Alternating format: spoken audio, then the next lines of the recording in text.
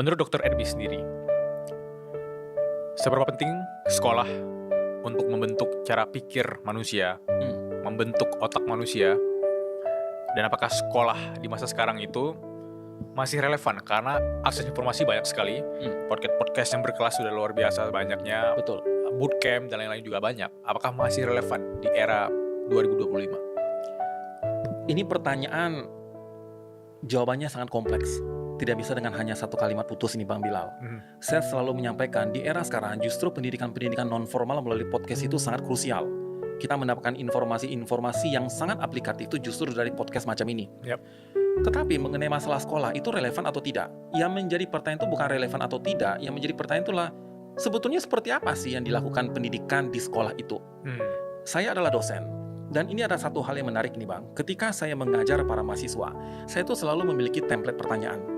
Di pertemuan pertama, selalu seperti itu. Dan saya mengajarkan kepada mahasiswa melalui pertanyaan template itu. Saya selalu bertanya, menurut kamu, neuroscience itu apa?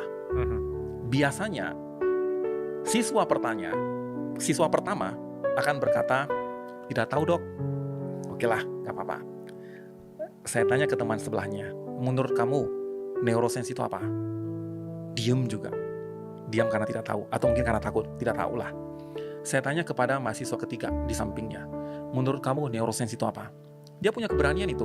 Dia berkata, menurut saya neuroscience itu adalah ilmu tentang otak dan saraf manusia dok. Saya sampaikan, bagus. Perkara benar atau tidak urusan nanti.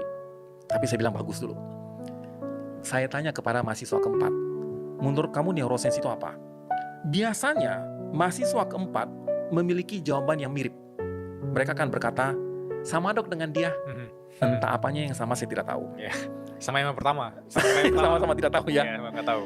Saya sampaikan kepada mereka, teman-teman semua ini adalah mahasiswa. Saya yakin bukan orang bodoh. Mereka yang duduk di bangku kuliah. Orang-orang yang sudah teruji SD, SMP, SMA, masuklah ke perguruan tinggi. Whatever lah kampusnya apa. Tapi yang jelas bukan orang bodoh. Yang saya lihat teman-teman ini bukan bodoh, tapi takut. Kenapa? Sistem pendidikan kita kebanyakan sudah membentuk mindset. Ketika murid diberikan pertanyaan, maka murid harus memberikan jawaban yang benar. Definisi benar adalah ada tertulis di textbook atau sesuai dengan ucapan dosen.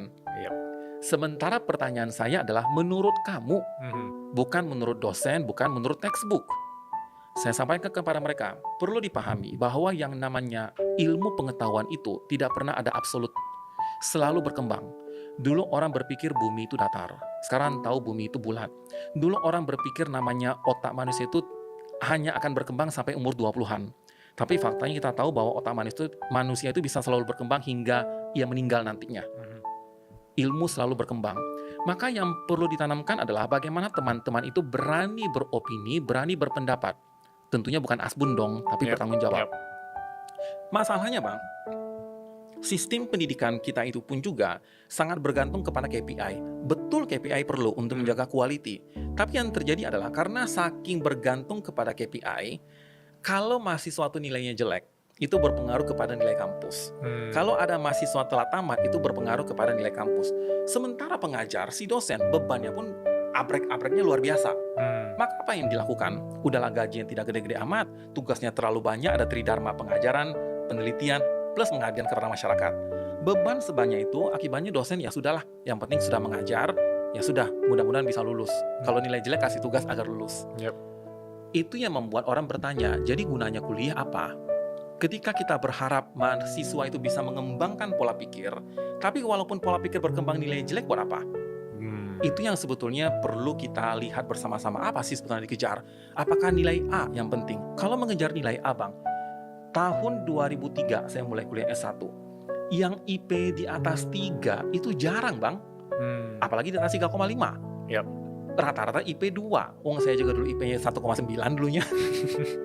Nah, sekarang kebalikannya. Lebih gampang menemukan orang-orang cum laude. Setuju. Dibandingkan mereka IP 2. Kita sama-sama tahu, entah orangnya yang makin pintar atau sebetulnya terjadi degradasi IP. Kita sama-sama tahu lah. Saking banyaknya orang IP cum laude membuat tidak ada lagi yang stand out dibandingkan mereka. Nothing special lagi. Nothing special lagi. Apa spesialnya? Oh, IP saya 3,9. Lalu kenapa? Semua orang IP-nya segitu juga. Nah, itu orang mulai bertanya-tanya lagi, jadi relevan nggak sih? Nah, inilah yang perlu diperhatikan.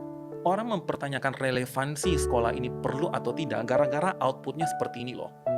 Ketika kita berharap tujuan pendidikan itu kan adalah membentuk karakter, bukan mencari kerja. Ini saya menarik loh ketika ada perdebatan tentang filsafat. Tentang filsafat dan filosofi ya.